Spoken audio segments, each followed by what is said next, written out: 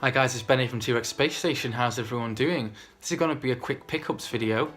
Firstly, I'm super excited because my order of Shadow of the Colossus, my pre-order even, has arrived. I'm really looking forward to playing this PS4 remake of what is one of my favourite video games of all time, one of my favourite PS2 games. My Twitter feed is blowing up right now with people who've got it on day one and who are really enjoying it. I can't wait to get back on my horse, go hunting some monsters and seeing how they've managed to transform this beautiful game into an even better game with beautiful HD graphics. I'm on a serious Game Boy kick at the moment and I'm going a bit crazy because I've ordered another Game Boy. This is an original DMG1 grey Game Boy to replace the one that I managed to blow up trying to do my Backlight mod. I'm getting kind of into doing these mods, and so this is my second mod. I've got another backlit Game Boy now. This has got the white backlight in it, which actually comes across looking kind of whitish slash blue. But I've ordered an olive coloured backlight, which looks much closer to the original kind of yellowy, greeny colour of the original Game Boys. As soon as that comes, I'm going to swap out the white in here and put that one in, and hopefully have myself an original grey Game Boy that looks much more like the original thing. Once the Bivert mod is installed, it's actually really easy to swap out the screens, and I'm kind of pretty well practiced at it now, so I don't think it will cause me too much trouble. I've been really enjoying going back through my Game Boy library on my backlit Game Boys, and I've been playing Wario Land recently.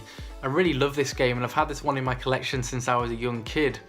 Finally managed to beat it recently though, and I realised actually there are several endings because there's a kind of perfect ending where you manage to collect all the treasure, which I failed to get. It's one of those games where if you beat it just on the standard kind of setting without getting any of the treasure, you get a please try again ending with Wario looking kind of sad. So I need to go back through this one in a bit more detail and try and 100% it, which will be really fun. I'm just enjoying playing whatever I can get my hands on my backlit Game Boys. It's just kind of, yeah, reinstated my passion for the system, and I'm enjoying it so much more now that I can see the screen really clearly. On that note, I've bought myself a few Game Boy games, which are actually really pretty cheap to find as long as you don't really want the boxes and manuals, which I don't. I'm going to put these into a kind of folder and just have them in plastic wallets kind of thing. The first game that I picked up is Battletoads. Now you guys will probably be familiar with this. There was plenty of 16-bit and even NES Battletoad games, which are kind of side-scrolling beat-em-ups where you play as these cool toads. Actually, it converts surprisingly well into a handheld Game Boy game. I mean, sure, the graphics are a little bit basic, but you can tell that it's a Battletoad. You can tell what game it is you're playing, and it translates really well. You've still got the combos in there and the flying kicks and all of the 3 attack with a big punch that comes out. And I've really been enjoying it. One of the things that I used to struggle with as a kid was that actually a lot of the Game Boy games are really difficult, and I think this has reminded me of how it used to be because it is kind of frustrating. It's very tough, but nevertheless I think with a bit of practice I may be able to get further in it, and I'm really enjoying it. It's quite a nice cartoony side-scrolling beat-em-up. Now you guys will know that I massively love Shmoops, and the Game Boy had Shmoops on it that I was never aware of when I was a kid.